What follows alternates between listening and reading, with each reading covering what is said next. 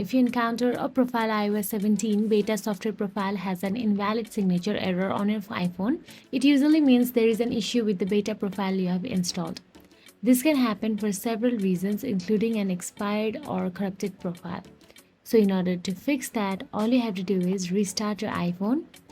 After removing the profile, restart your iPhone to ensure any changes take effect.